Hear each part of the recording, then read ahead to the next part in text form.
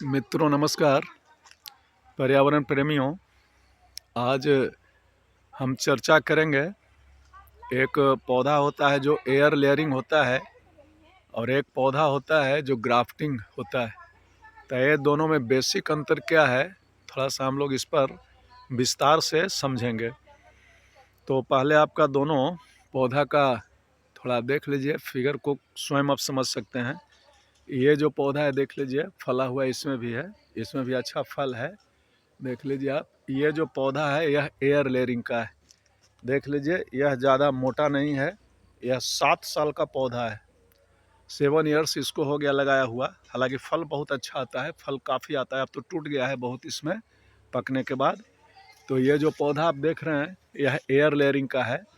Air layering का और दूसरा पौधा को हम दिखाना आपको चाहेंगे, देख लीजिए। यह भी पौधा देख लीजिए, तना काफ़ी मोटा नहीं है, आप देख सकते हैं इसे, देख लीजिए। इसमें भी फल अच्छा है, क्वालिटी अच्छा है और मीठा स्वादिष्ट यह भी होता है।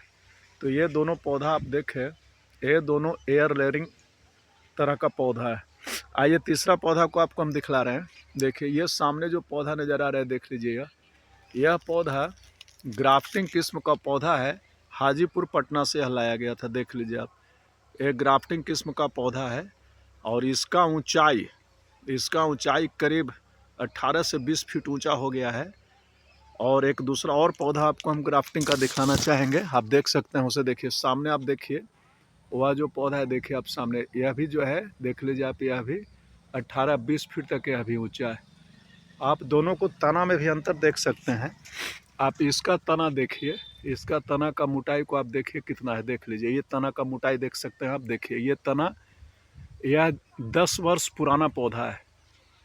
और आपको यह जो इसका तना देख लीजिए, एयर लेयरिंग का, इसका तना भी आप देख सकते हैं। देखिए ये आपको 7 वर्ष पुराना पौधा है। दोनों का ऊंचाई में आप अंतर देख लिए, दोनों को तना में भी आप अंतर देख लिए। अब इसका बेसिक अंतर समझिए क्या होता है।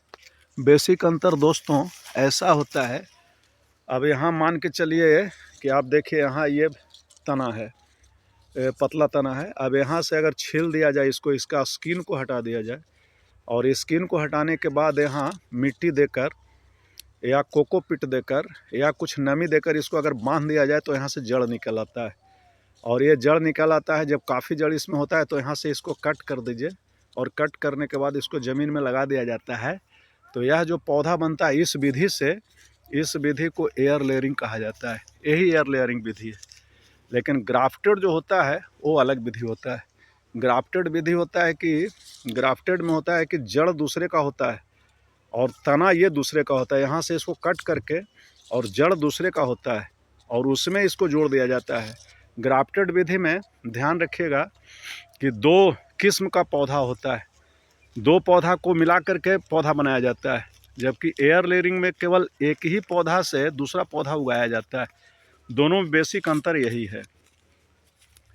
अब आप ये देखेंगे हम लोग कि एयर लेयरिंग जो पौधा होता है इसमें मूसला जड़ नहीं होगा, क्योंकि ये जड़ जब निकलेगा इसमें, तो यहाँ से जब जड़ निकलता है, यहाँ से जब जड़ आप देखें निकलता है तो सीधा इस प्रकार जड़ आगे की ओर नहीं जाता है, बल्कि इस तरफ चारों तरफ जड़ फैलता है। लेकिन आपको जो ये जड़ होगा, ग्राफ्टिंग में जो जड़ होगा, तो चूँकि ग्राफ्टिंग में जड़ मूसला जड़ होता है जो काफ़ी अंदर तक जाता है। तो मूसला जड़ उसमें होता है जिसे टैप रूट भी कहा जाता है इंग्लिश में। और इसमें जो निकलता है एयर लेयरिंग में, इसे एरियल रूट्स कहा जाता है। तो एरियल रूट्स ज़्यादा अंदर डीप नहीं जाता है और जबकि ग्राफ्टिंग वाला काफ़ी डीप चला जाता है।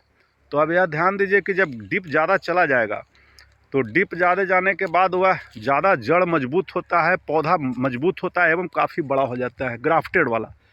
और एयर लेयरिंग वाला पौधा उतना मजबूत नहीं होगा, इसलिए कि इसका जड़ ज़्यादा डेवलप नहीं करता है। जड़ ये देखिए अंदर नहीं जाता है, जिसके कारण इसका पौधा ज़्यादा ऊंचा नहीं होता है, बल्कि कम ही ऊंचा होता है। तो अब यहाँ फल की बात हम करते हैं।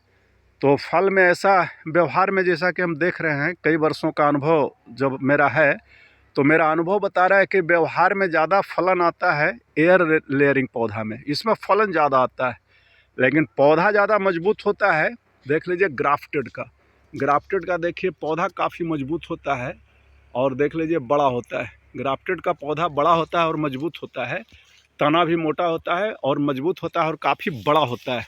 देख लीजिए बड़ा पौधा होता है, ये दोनों में अंतर हुआ। इसके बाद और अंतर अब क्या है, अब आप अपने सहूलियत के अनुसार, जो आपका जगह जैसा है, अपने जगह के अनुसार इसमें जो है आप चयन कर सकते हैं कि कौन सा पौधा लगाएं। तो जहाँ तक मेरा सलाह ये है कि अपने जगह और स्थिति के अनुसार पौधा का सिलेक्शन कीजिए। एक बात और ध्यान देने की बात है कि ग्राफ्टेड पौधा काफ़ी दूर तक जड़ जाता है, काफ़ी मजबूत जड़ होता है, जिसके कारण कम सिंचाई की आवश्यकता होती है। लेकिन इसमें हम देखें हैं कि गर्मी के दिन में बहुत जल्द ये मरने लगता है, सूखने लगता है, मुरझा जाती है पत्तियां इसकी। इसमें ज़्यादा पानी की ज़रूरत पड़ता है, इसलिए कि जड़ काफ़ी दूर में फैलता नहीं है।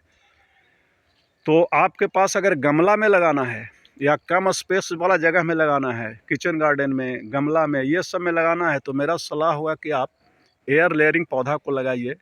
लेकिन अगर खेत में लगाना है, खेत में अगर लगाना है तो खेत में लगाने के लिए मेरा सलाह होगा कि आप ग्राफ्टेड पौधा को लगाइए। देखिए यही पौधा को लगाइए, फल तो दोनों का बहुत अच्छा होता है, तो आप ये पौधा को लगाइए, इसमें भी बहुत अच्छा फल आता है। अगर व्यवसाय के व्यू से आप करना चाहते हैं तो ग्राफ्टेड सही है, लेकिन अगर शो के लिए किचन गार्डन में कम जगह में करना चाहते हैं तो फिर उसके लिए यह सही है।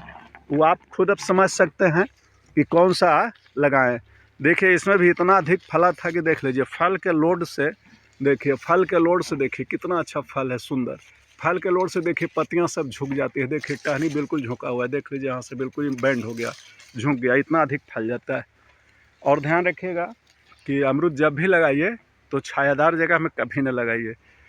तो आप पूरा वीडियो देखें, इसके लिए आपको बहुत बहुत धन्यवाद। आप खुश रहें, मस्त रहें, अपने कार्य में व्यस्त रहें। धन्यवाद।